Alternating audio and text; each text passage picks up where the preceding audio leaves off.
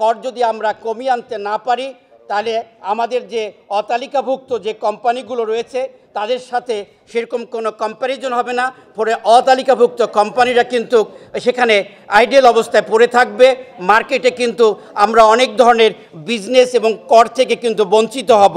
সেই প্রেক্ষাপটে আমরা মনে করি তালিকা এবং অতালিকাভুক্ত এই যে কোম্পানি রয়েছে তাদের কর্পোরেট করের ব্যবধান 7.5% করা উচিত, যেটা একটা বিগত 6 বছরের আমরা স্ট্যাটিস্টিক্স দিচ্ছি আপনাদের সামনে।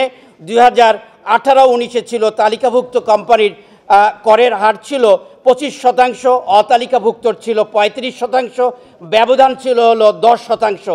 2019 এবং 20 অর্থ বছরে ছিল আমাদের তালিকাভুক্ত কোম্পানির ক্ষেত্রে ছিল 25% এবং অতালিকাভুক্ত কোম্পানির ক্ষেত্রে ছিল 35%, ব্যবধান ছিল 10%। 2021 অর্থ বছরে ছিল 25 এবং যথাক্রমে 32.50, 7.5%। এবং আমরা দেখি 22-23, 20 এবং 27.5%, 7.5%। এবং 23-24 ছিল তালিকাভুক্ত কোম্পানির ক্ষেত্রে করের হার ছিল 20% এবং অতালিকাভুক্ত কোম্পানির ক্ষেত্রে ছিল 27.50% এবং এই দুটোর মধ্যে ব্যবধান ছিল 7.5%। তা আমরা মনে করি আমাদের যে বর্তমান লিস্টেড কোম্পানির উপর কর আরোপিত হয়েছে সেটা হলো বর্তমান রয়েছে হলো 20%, আমরা প্রস্তাব করছি এটা 17.5%।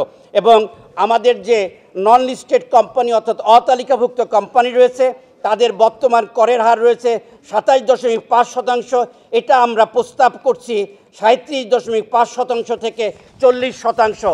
উৎসে লভ্যাংশ আয়ের উপর কর, উৎসে লভ্যাংশ আয়ের উপর আমাদের কর রয়েছে। আমরা জানি, আমরা যেটা চাচ্ছি যে এই লভ্যাংশ আয়ের প্রথম 50,000-এর উপর কর মওকুফ আমরা চাচ্ছি।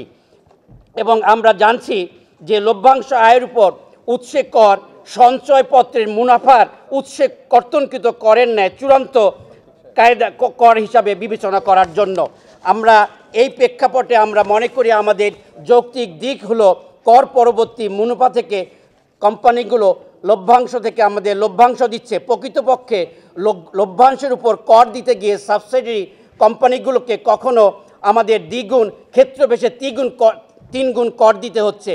এর ফলে লিস্টেড কোম্পানিগুলো কিন্তু অনুৎসাহিত বোধ করছে এবং মার্কেটে কিন্তু আমাদের লেনদেনের পরিমাণ এবং রাজস্ব আদায় কিন্তু কমিয়ে আসছে।